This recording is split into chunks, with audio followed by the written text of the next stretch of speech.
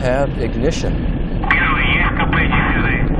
And we have liftoff of an ILS Proton from the Baikonur Cosmodrome in Kazakhstan, with the Eutelsat 9B satellite on board.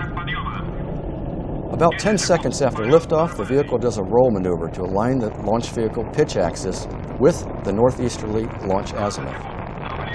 The vehicle will soon experience maximum dynamic pressure, or max Q, which is when the aerodynamic stresses on the vehicle in atmospheric flight are at their peak.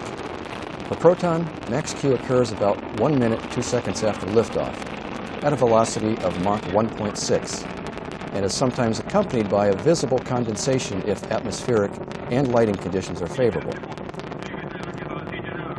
45 seconds into the mission,